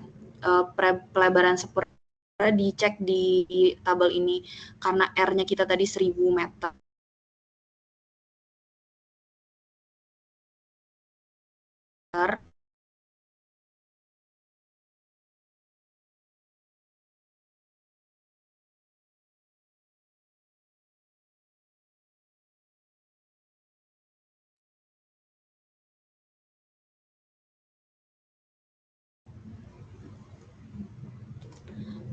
Sorry. Nah, kalau yang nomor 7 itu dia tanya apakah rancangan tikungannya itu untuk angkutan barang diberlakukan 5 tahun kemudian itu masih oke apa enggak gitu.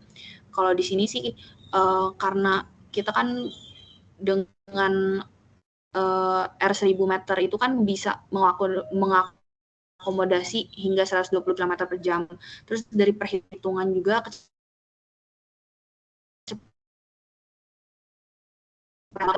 terus habis itu dari segi tonase juga kereta barang tuh 14 juta dibandingkan kalau kereta penumpang tuh 29 juta. Jadi tentu aja untuk R1000 meter itu masih cukup gitu kalau misalnya diberlakukan kereta barang di 5 tahun kemudian. Selanjutnya ini UTS rekayasa jalan rel sih. Boleh dilanjutin.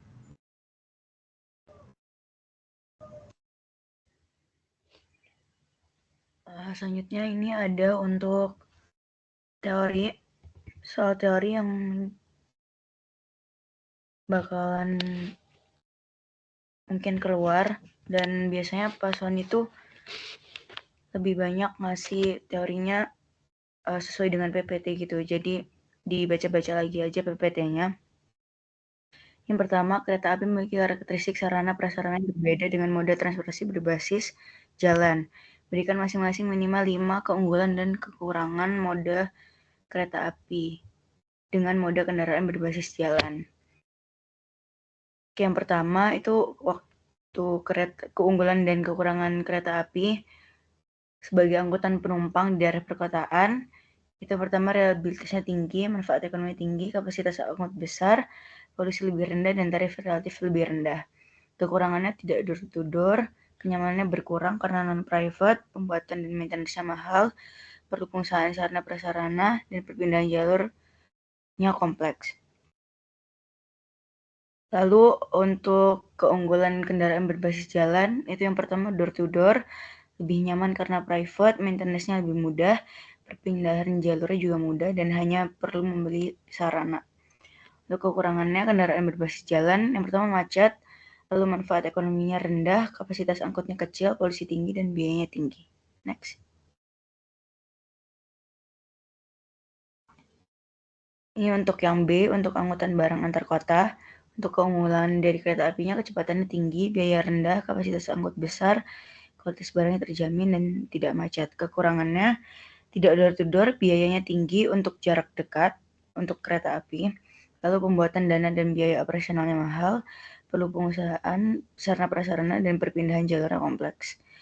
Untuk keunggulan dari berbasis jalannya, biaya rendah untuk jarak dekat, lalu door to door, operasi dan maintenance-nya murah, dan hanya perlu membeli sarana dan manuvernya mudah. Untuk kekurangannya, biayanya tinggi untuk jarak jauh, macet, kapasitas angkut kecil, polusi lebih tinggi, dan perlu penanganan khusus. Next.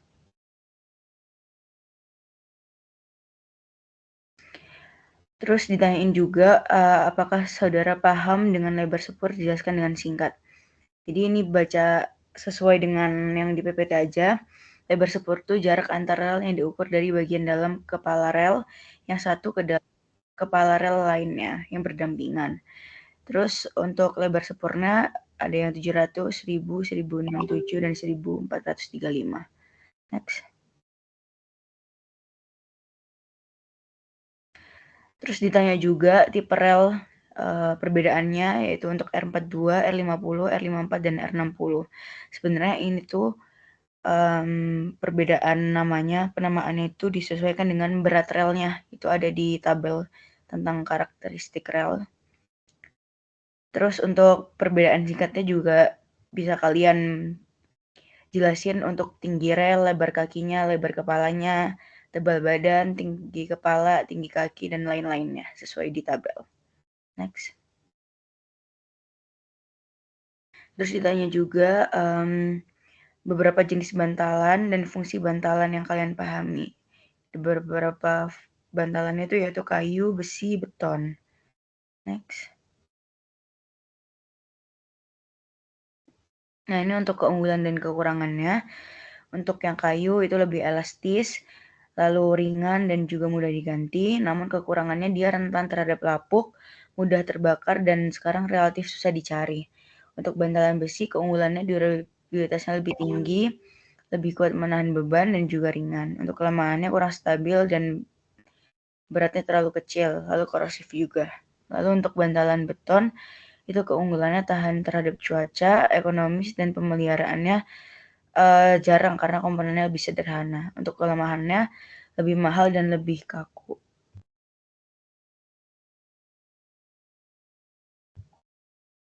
Oke, lalu untuk fungsi penambat yang saudara pahami.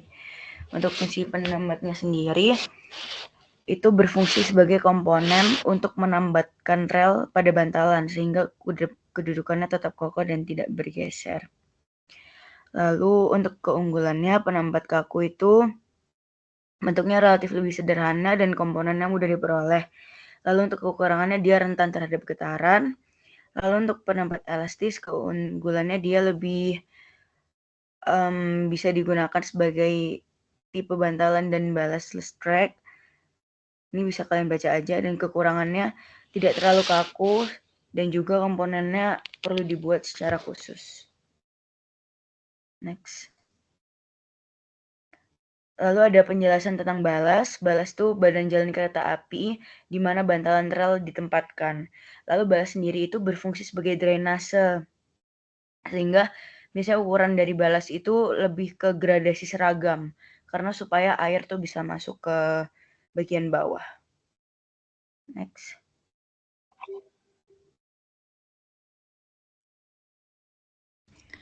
Selanjutnya ini ada soal juga di UTS 2024 nomor 3.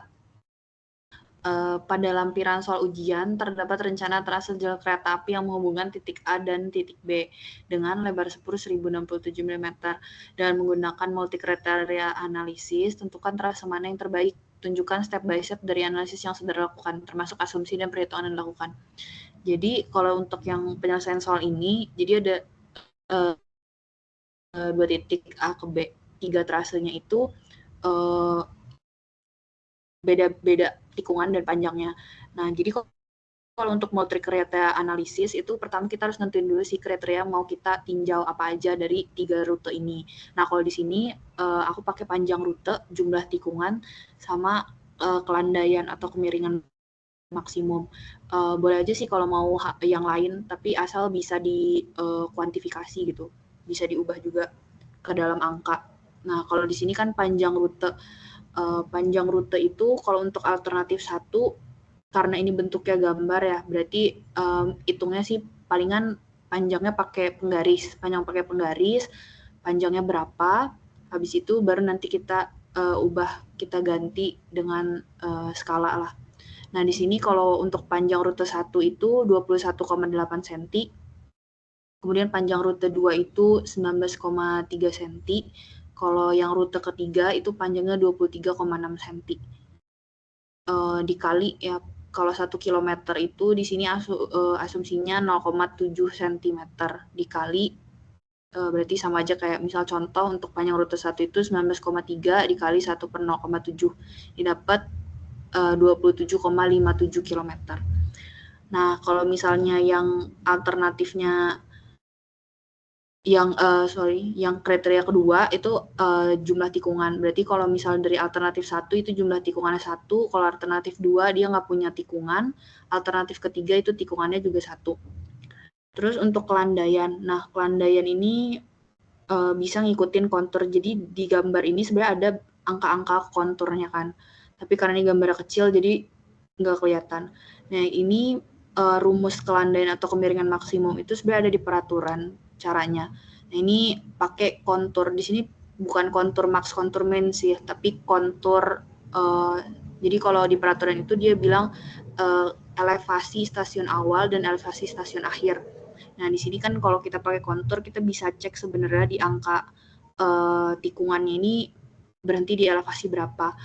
Nah, kalau misalnya yang untuk alternatif 1 ini dihitungnya cuman sampai ke tikungan aja sih, sama juga alternatif 3 juga gitu. Jadi panjangnya cuman sampai ke titik tikungan. Tapi kalau buat alternatif 2 itu panjangnya keseluruhannya aja. Jadi stasiun A sampai B-nya itu konturnya berapa gitu, kontur yang terbesar dan terkecilnya. Nah, kalau di sini berarti untuk yang alternatif 1 itu kalau pakai perhitungan berarti 1380 kurang 1090, berarti 1090 itu titik awal di titik A itu 1090.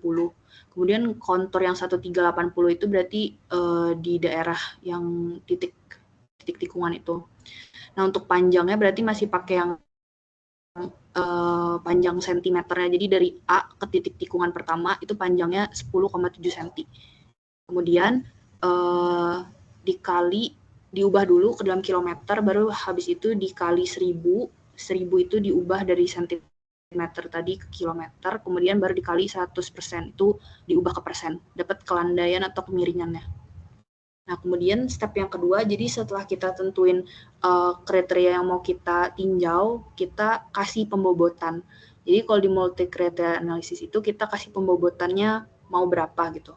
Di sini pakai asumsi aja untuk panjang rute, aku kasih di sini 40%. Jadi dia akan ngasih skornya itu sekitar 40% lah. Terus kalau untuk jumlah tikungan aku kasih 20%. Kalau untuk kemiringan dan kelandaian 40% juga. Untuk alasan ini juga bisa berpengaruh ya dari pembobotannya. Jadi kalau misalnya menurut teman-teman di sini ternyata biaya itu sangat berpengaruh, ya mungkin bisa lebih dinaikin gitu persentasenya. Atau mungkin kalau misalnya jumlah tikungannya lebih berpengaruh, ya bisa dinaikin gitu. Tapi ini tergantung. Jadi tergantung gimana teman-teman merumuskan pembobotannya aja sih. Nah, untuk penilaian ini dia bentuknya adalah scoring. Jadi scoringnya itu kalau di multi kriteria analisis biasanya skalanya bisa 1 sampai 9 atau 1 sampai 5 dan seterusnya lah. Nah, kalau di sini pakainya 1 sampai 3 aja. Jadi kalau panjang rute akan dikasih nilai 1 kalau misalnya dia lebih besar dari 35 km. Akan dikasih skor 2 kalau misalnya panjangnya itu 30 sampai 35 km. Dikasih panjang 3 kalau dia kurang dari 30 km. Nah, tahu berapanya ini harus ngecek. Misal contoh, kalau misalnya kita mau makin panjang, di sini kan asumsinya berarti kalau misalnya makin panjang, scoringnya itu makin nggak bagus gitulah.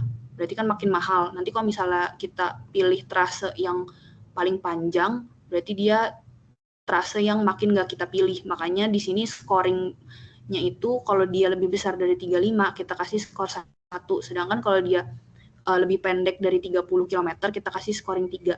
Nah, sama kayak jumlah tikungan juga kayak gitu. Sama juga kayak kemiringan. Jumlah tikungan di sini juga kalau misalnya di sini asumsinya kalau misalnya makin banyak berarti makin perlu pendetailan perhitungan kalau buat tikungan. Berarti kalau misalnya tikungannya makin banyak, kita kasih nilai skornya lebih kecil, nilainya 1. Tapi kalau dia nggak punya tikungan, 0, kita kasih skornya 3.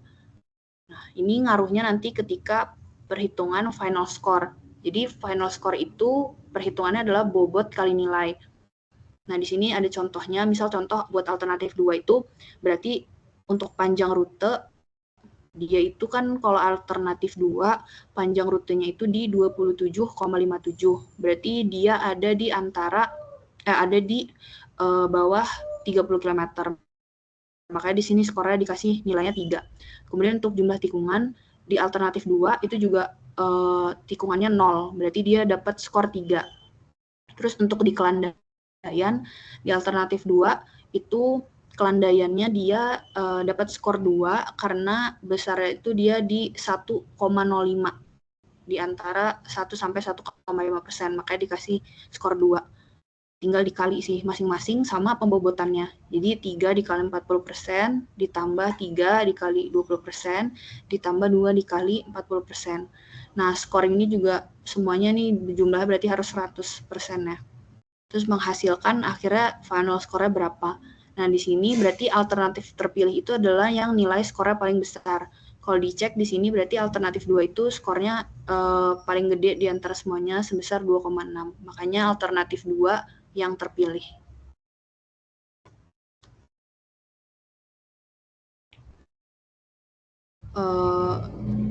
Mungkin sekian ya dari kita.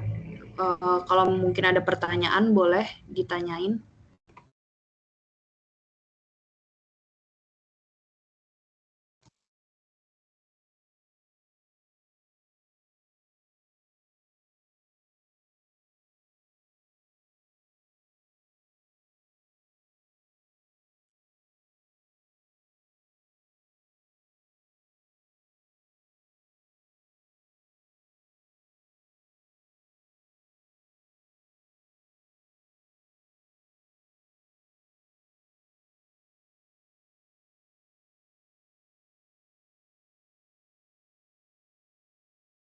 kita tunggu kali ya sampai 21.55. Kalau ada yang mau tanya boleh ya.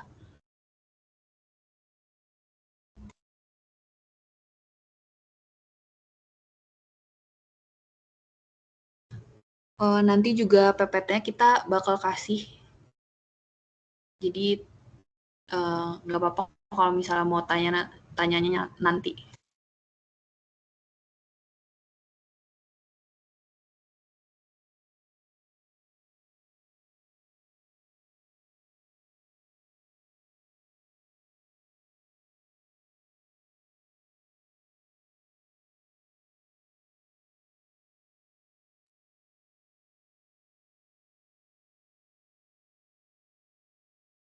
Oke, waktunya udah habis. Kalau misalnya nggak ada yang tanya, jadinya kita tutup aja kali ya.